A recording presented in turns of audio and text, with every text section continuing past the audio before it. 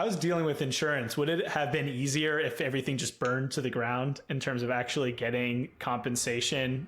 It would 100% have been easier if it burnt down.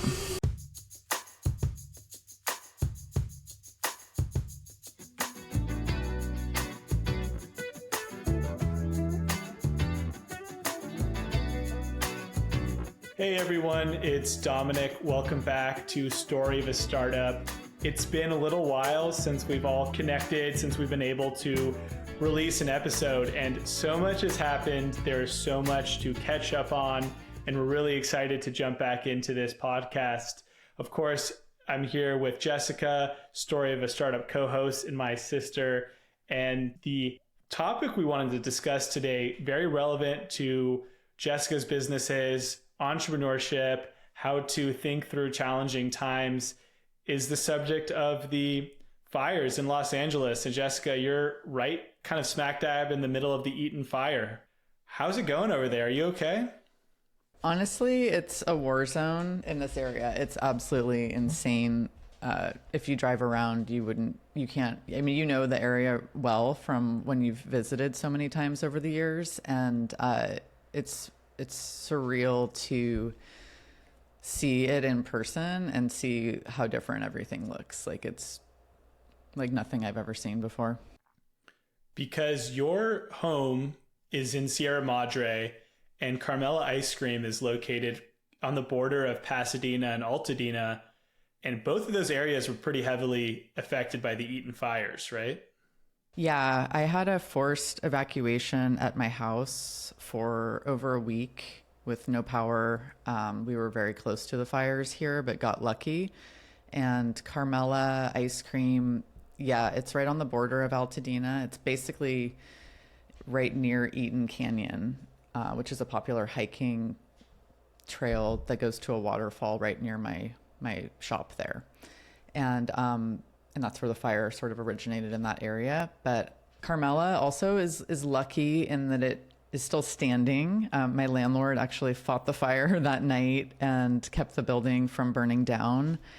The McDonald's across the street from us burned. There was a big Jewish community center right around the corner that completely burned down.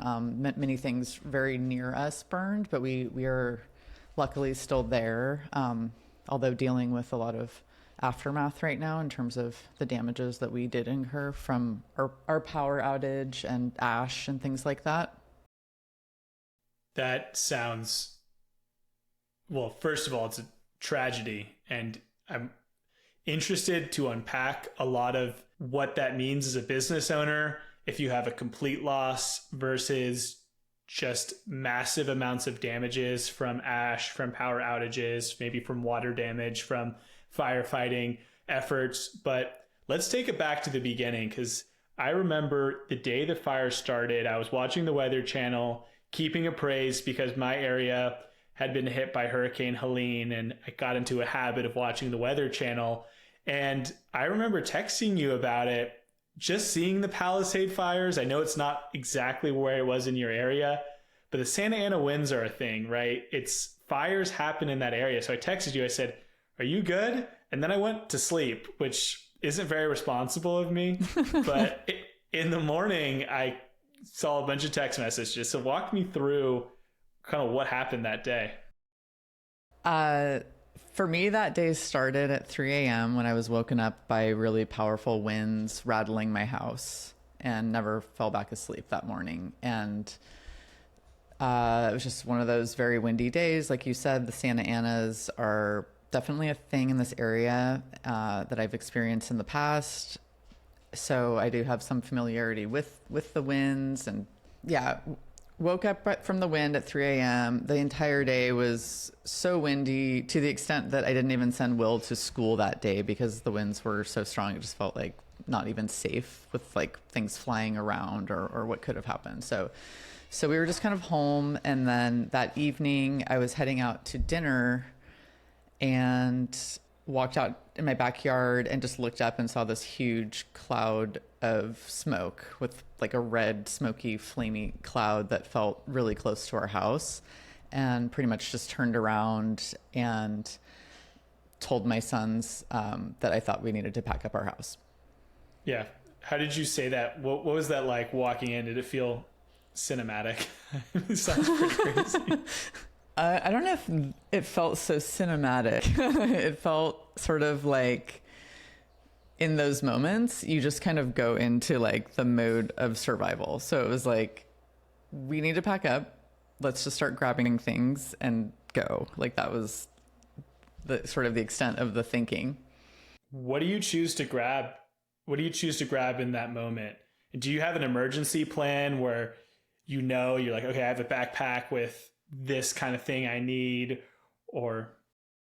No, but I think in the future I definitely will have that, and I recommend that for everyone. I think it's a lot less stressful.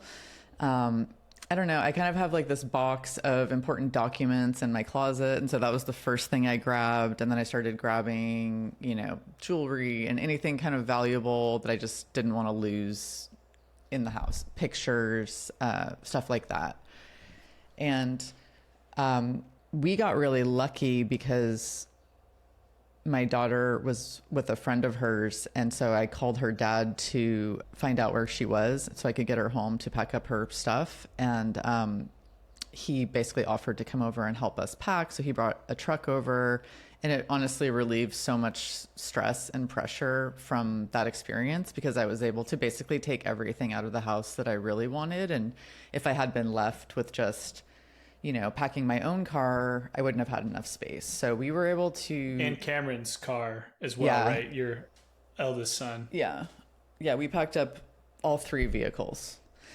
We probably spent about an hour and a half packing up things, but kind of in this weird way of like, you do a lap and then grab the things you think you really need and then run outside and look if the fire is closer. And if it's not, then like do another lap and grab some more stuff. And then just kind of, it got to this point where I was running in and out of the house, just checking if we could grab more stuff or not. And then at a certain point, it was just all sirens outside, and my street is not a very busy street, but all of a sudden it became gridlocked with cars, and the police were going down the street with like a megaphone saying, you need to evacuate your house now, like get out, whatever.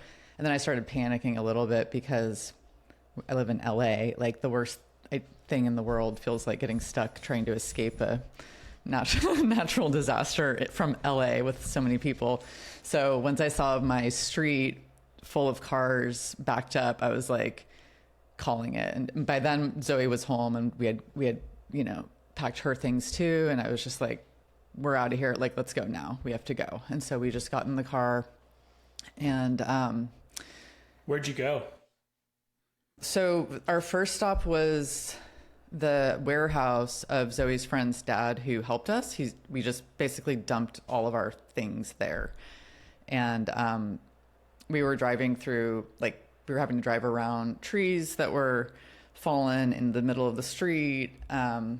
Once we were on the freeway, like big semi trucks were flipped over, and it was just like a very, very windy, scary experience. And so we went to his warehouse, we unloaded all his stuff, and then our plan was to go to Palm Springs and go to my house in Palm Springs and just spend the night there and see what was happening. Sounds apocalyptic. It was very apocalyptic. Yeah. Did you think about your business, Carmela, while you were trying to escape? Any of those thoughts creep into your mind? Well, I'm trying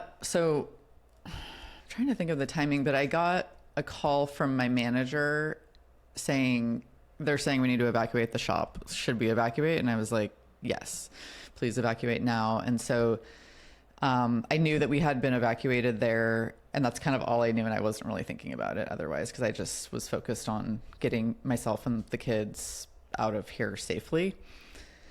But so you get to Palm Springs, where you have a scoop counter, a Carmela scoop counter, but you also have your house there. And you've settled in, you catch your breath. What happens next? I mean, you're, a few hours away from LA, and you're just watching everything from the sidelines, getting reports.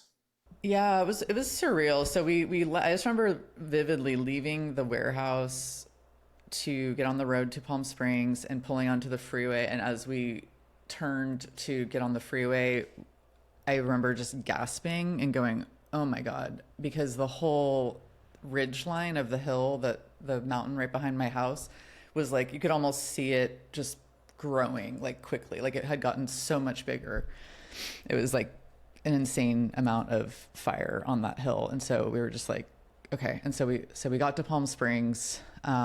Somehow magically there wasn't traffic. I have no clue. I just pictured that we would be sitting in traffic trying to escape LA, but luckily it was like kind of a normal drive there except for the wind. And so we arrived, and I think I was up till 3 or 4 in the morning, just like watching the news with Zoe, watching basically Altadena just burning down on the news. And then at a certain point, you know, just being so exhausted and just needing to get some sleep. But remembering the feeling going to bed that night of probably like my house and my business are not going to be standing in the morning, and just like accepting that thought before I went to bed that night. Sleep's a weird thing. When you woke up, was there a split second where you're like, was that a dream, or does that really happen? The first probably week after, I would just wake up. I'd sleep for like a couple hours and then wake up kind of startled, and then like look at my phone and just see, because everything was just still unfolding so much. So just every day it was like more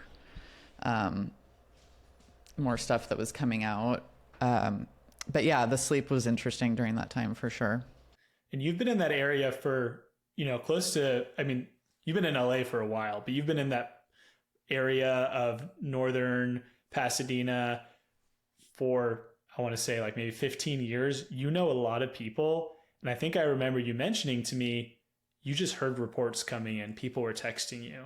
Well, these are fellow business owners. These are your friends. What was that like? Yeah, because I lived in that immediate area that got decimated for like over 10 years. And so, yeah, I probably know of about 50 people who lost their homes in this area. And yeah, so I think by the next day, kind of the afternoon, the next day, it reached a point where we were getting either me or the kids, we were getting notifications from people about every 30 minutes saying, oh, this person's house burned down. Oh, so-and-so's house also burned down. And like, oh, another one. I was like, wow, this is crazy. Like it was just one after another for like about a 24-hour period of time. And eventually, I think it was a few days in order for the really brave first responders and the firefighters. These are incredible heroes who were able to eventually get the fire under control. But still, the amount of uncertainty and the amount of anxiety must have been really high. Yeah, there was a lot of anxiety, and I think just a lot of shock. And a lot of people, I guess when people are in shock, there's a need to connect with other people. I probably got about 200 people who reached out to me the first like 36 hours of this, just wanting to help, wanting to see what was going on. And like genuinely just being in so much shock and not knowing what else to do except offer help. And about a week later, I think that's when things started settling a little bit and you were able to cautiously make your way back to the area and check on your building, right? I think I remember you were saying that your landlord for Carmela Ice Cream was literally spraying the roof down with a hose to keep it from catching a spark and burning up. But when you got back and you realized that, okay, the business is still standing, what was the damage? What was that like, your first view? Well, our power was shut off or went out on that night. And then we didn't have power at the shop for 10 days, I think. And Not having power with ice cream is not great. All of the ice cream melted. It poured out of the walk-in freezers, and it just made a big mess. And at first, I thought it would be just like we had to clean it up. And then, as we kind of have gotten into it, there's more damage. So you're saying that originally you walked in and all of the ice cream in your cooler had melted, and it was just forming this kind of like pool of just sticky, that's what I imagined it as. And there's ash and there's smoke, and you just thought you were gonna be able to clean it up at first. Yeah, it smelled like smoke. Yeah, we just thought we'll clean it. It's fine. Cut to a little bit longer. Now we're basically more or less doing a full remodel of the space because of the extent of the damage. So Yeah, and you get to deal with insurance. And this is, you've done it a few times before. And if I remember correctly, you had to deal with this same cooler, not to the same scale, but your cooler, your freezer, your walk-in freezer broke maybe a few months before the LA fires, and it caused about $40,000 worth of damages and goods that you had to replace. Is that true? it was just in December. We had just had a freezer go down in December and lost a bunch of product, and then we're in the process of rebuilding that supply when this happened. And so you get a hit with a double whammy. And I mean, is this a complete rebuild? Almost. It's sort of all new floors. We have to paint. We have to put a new countertop in. Everything's getting refreshed. So yeah, kind of nice in a way, but also not in the way you want it to happen. How's dealing with insurance? Would it have been easier if everything just burned to the ground in terms of actually getting compensation that your coverage should allow for as someone who's been paying your insurance as a customer?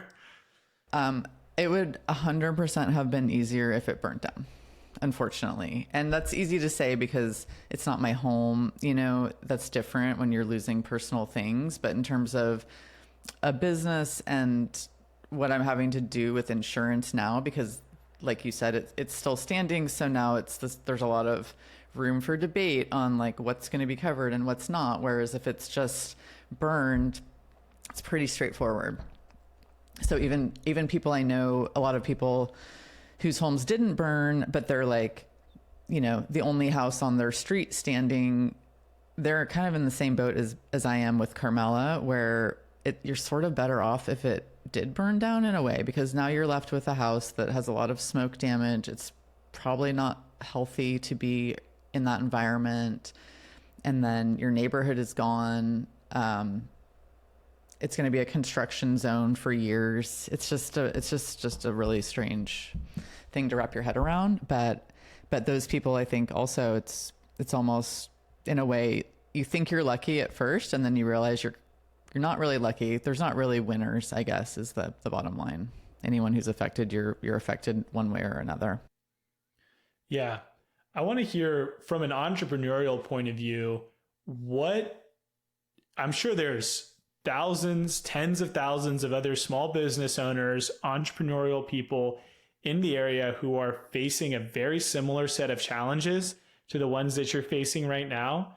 And I've just been impressed by your response, because I think that for any person, the thought must cross your mind at some point of, do I just close my business? Is this the end of Carmela Ice Cream? Right? So how do you respond as an entrepreneur when things get this tough? It's definitely been an interesting experience because things have evolved so quickly with it. And for now it's slowing down. But for a few weeks, it was every single day I thought my future had a different path. So yeah, there was a point where I thought, okay, maybe I'm just shutting down, or no, we're not. It's all going to be taken care of. Insurance is cooperating. No, the insurance is not cooperating. So every day has been different, and I still don't have a real definitive answer right now of for sure when I can reopen, but I'm honing in, but we're not quite there yet still, because it's just such a big mess. I'm having to talk to attorneys to deal with my insurance now. And so it's that kind of stuff. Yeah. Talk to me about this quality. I've heard it before in previous episodes. One of the main pieces of advice that you've given entrepreneurs is this quality, I think, of endurance. And it's what you do when things get hard. Maybe even it's what you do when your passion is not providing the energy anymore, how you keep the momentum going. Is this a similar situation where you're digging deep in that well to make sure that it's going to sustain? Because you are going to reopen. Yeah. You've made that decision's been made. Yeah. Yeah, it is an interesting experience because what I feel like happened for me with this was almost a relinquishing of trying to control anything. I'm more rolling with, like, flowing with the river a little bit. Whereas, there's a tendency to want to try to fix everything and make it and hold on and keep it the way it was, or do something. And I just realized how huge and catastrophic this was, very early on. And it almost just, in a weird way, took the stress away of having to figure it out, because it's so much bigger than me. I just felt like, this isn't only happening to me. This is happening to a lot of people. Somehow, some way, we're going to figure this out, and there will be a path. And that's all I know. And that's all I still know. I don't really know how it's all going to sort of pan out in the future from this. But yeah, and the entrepreneurial brain kicks in terms of, okay, well, how are we going to do it? Like, if we do, you start playing out the different scenarios. If we reopen, what's that look like? How do we want to do that? What do we want to do different? And then you start having those thoughts of, maybe there's ways I can, streamline my business, and take this opportunity as sort of like a reset moment that just was imposed on us. But here we are, and you may as well, work with the cards you're dealt. So what is your tool set that you have available as an entrepreneur? So you spoke about the brain kicks in, but you're without your income stream, you're without customers, you're kind of without options because you're just reacting. Is there still things that you have access to? Is it your community? Is it your just previous experience that you're able to draw on? Walk me through that. It's a good question. And I think, I would say, maybe before this, I would say everyone is going to approach it differently, and different people are going to react differently to a situation like this. But having just gone through this, I would say that I've been really impressed in general with most people I know, and just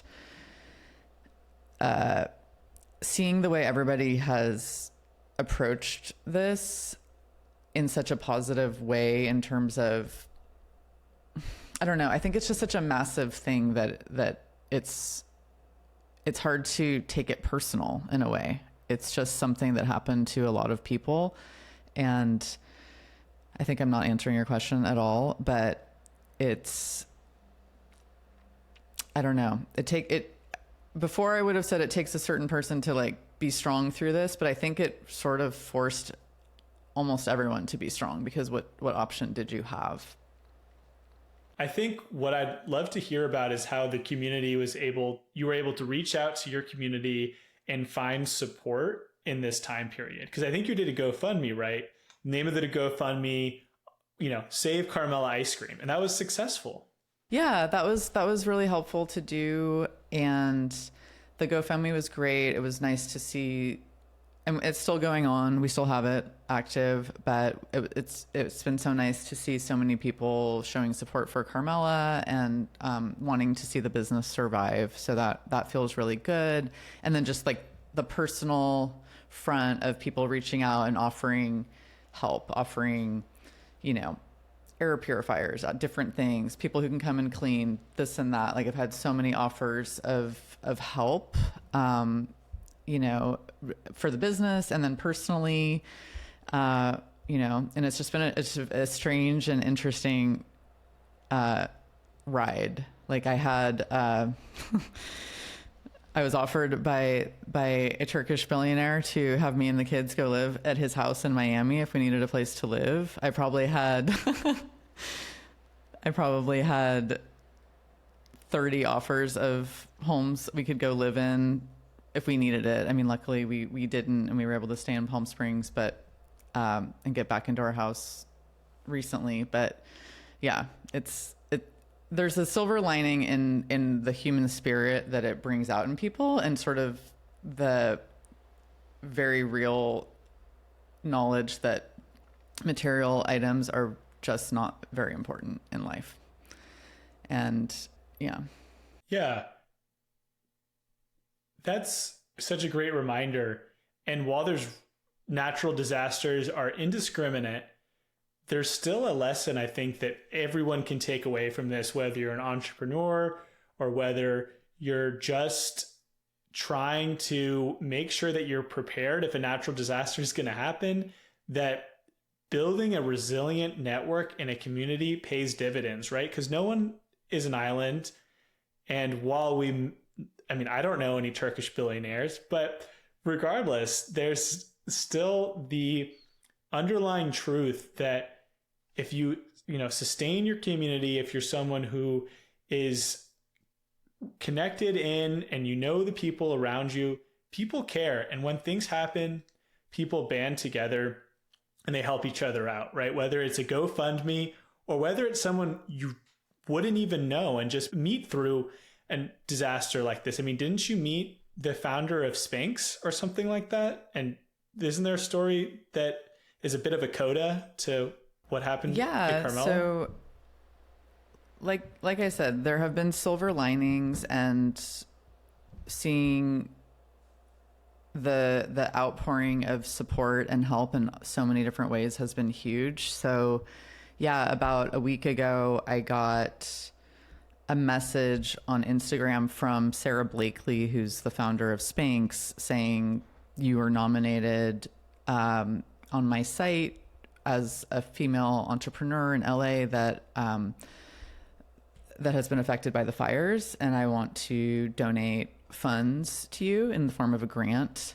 And so she selected, I think, 11 female entrepreneurs who were affected in LA, and each of us are getting a grant from her, which is pretty amazing from, just someone you've never met before. Shout out Sarah. That's awesome. Amazing. Yeah. The world really, can use more like generosity of spirit like that. It's such a beautiful thing to see. Yeah.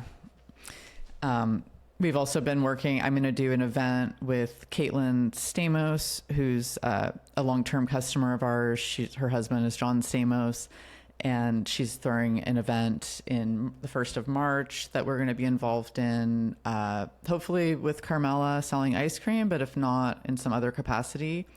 And so yeah, the shock is over, but now it's kind of recovery mode, and people are really showing up, which is nice. I mean, is there a gallows humor? I mean, are you going to make an ash flavor ice cream at, at this event? Or is it, like instead of Rocky Road, is it going to be a burned down forest, but you just make it? I think it's too soon. I think it's probably too soon. Yeah, we're not there yet. It's not funny yet, but I know I'm terrible in that way. Yeah, but no, totally. David and I said, oh, well, I could make sorbets right now. I can't really make ice cream, but I could make sorbets. And I said, I could do, there's so much citrus around here. I was like, oh, we could do, like Altadena citrus, which is actually how I know Caitlin, because as a customer, her dad used to bring me my Meyer lemons from his house in Altadena. And that's how I would make Meyer lemon olive oil ice cream. So I was like, oh, we'll do citrus flavors. And then David said, yeah, you probably don't want to do that right now because, all the trees have been just, absorbing, ash and toxic smoke for weeks. Probably no one really wants that, ice cream. But so, yeah, just... Is it an old-fashioned because the orange is activated and, it's kind of burnt, The problem is I use the zest. Yeah, if it was, if you didn't need to use the outside, I would say maybe. But it's yeah, so we can't really do that, but... Yeah. Anything else from the Carmela perspective that you want to share, or your personal experience with the fire? No, I mean, yeah, it's just, there's just, again, like, I think for me, the really nice thing has been to see just that silver lining of people being so great. Like a couple more examples, I just want to kind of shout out to the owner, or I guess he sold it, but the previous owner, the founder of Fiore Cafe in South Pasadena, which I'm sure I've taken you there over the years. They have like the most delicious sandwiches and breads and salads and things. And